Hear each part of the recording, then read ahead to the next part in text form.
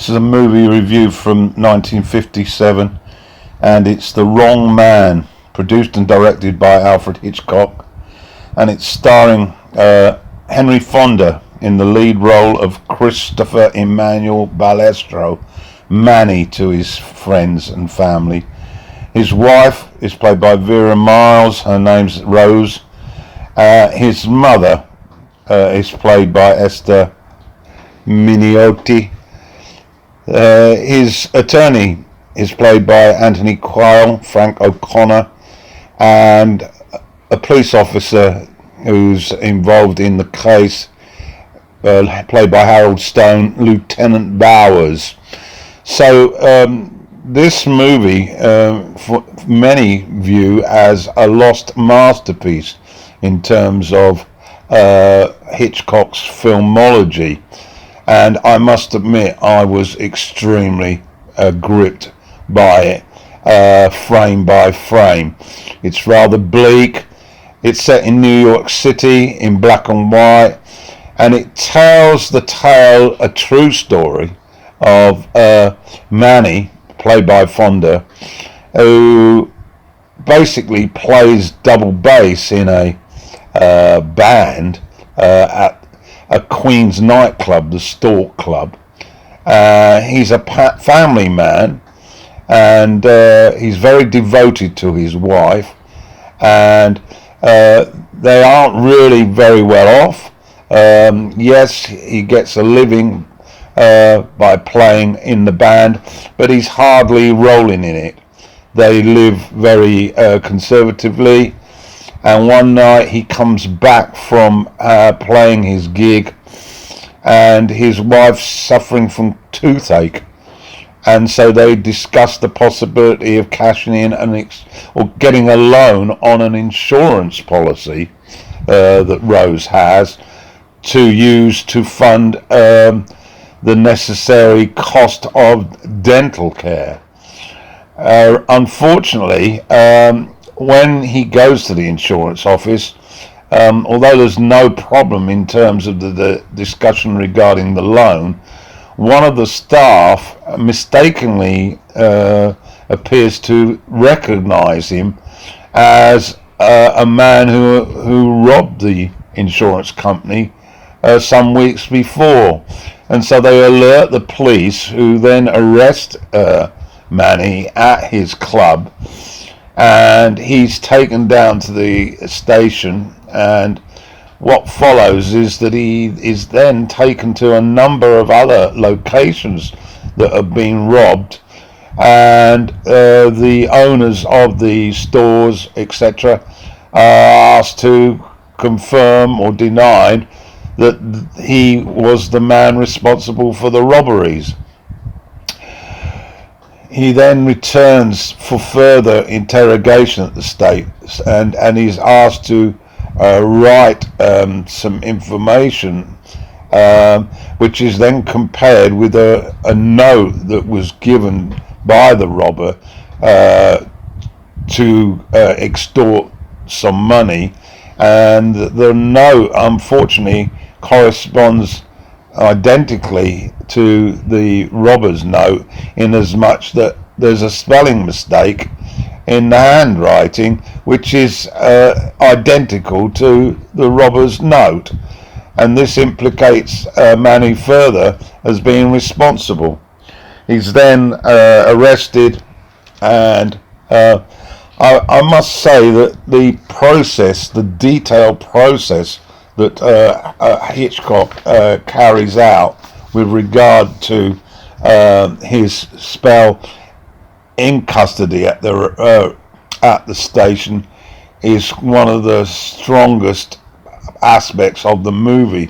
It's quite chilling to see how he is handled at the station, even though he is only a mere suspect.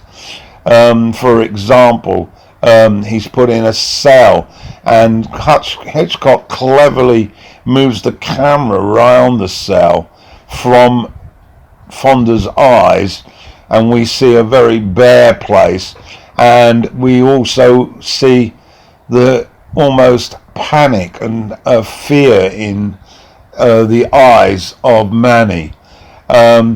There's further issues with how he reacts to having handcuffs put on him. The walk to the paddy wagon before he's moved to a remand centre for confinement. The whole scenario is seen through the eyes of Manny, and you sense that he's experiencing a feeling which is, why is this happening to me?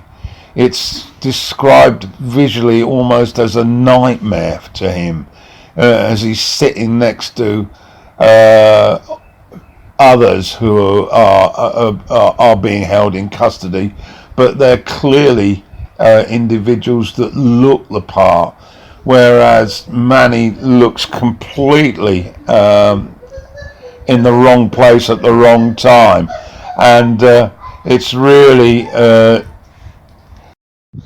Manny is clearly in the wrong place at the wrong time, and this starts to have an impact on his family. Bail is found, and this reunites him with his wife Rose, but already the nightmare is having a psychological impact on his wife. It captures the trauma of the impact of the family by this wrongful arrest. We then move on to the importance of his relationship with his lawyer, played excellently by Anthony Quayle. The lawyer quite rightly points out that Manny needs alibis on the days that the robberies took place, so that he can be exonerated. But this proves difficult for Manny, although he recalls the details of a visit away with his wife and staying at a motel where he engaged in a card game. Unfortunately, two of those who were there at the time had died, and the third is very hard to track down, and it becomes evident that getting an alibi is extraordinarily difficult. This then impinges on his wife's emotional health, and she becomes more and more withdrawn, more and more full of guilt. Loss of appetite happens, and her resigned notion about the miscarriage of justice becomes very prevalent, that she plunges herself into quite a serious psychiatric condition, which necessitates her being placed in a mental health facility. The court case continues, and whilst we see the happenings within the court, there's a point in the film where a juror stands up and says that he's had enough of the testimony and causes a mistrial, but the police are then given some information, and they arrest a person who looks identical to Manny in many ways, and so he is exonerated and released. However, Hitchcock makes a point of explaining in the way the movie concludes about the damage that this incident has had on the family. That Manny tries desperately to get Rose back at home, and restart their lives, but she's gone one step too far. And it's a tremendous movie showing how an incident of chance can affect a family so significantly and change people's lives dramatically. And we also have to take note of the title, The Wrong Man, because the new man who's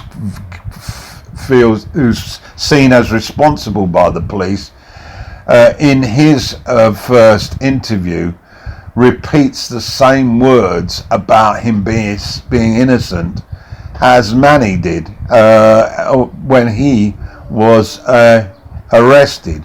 So it leaves you thinking, well, maybe they've arrested the wrong man again, and so that circle starts again.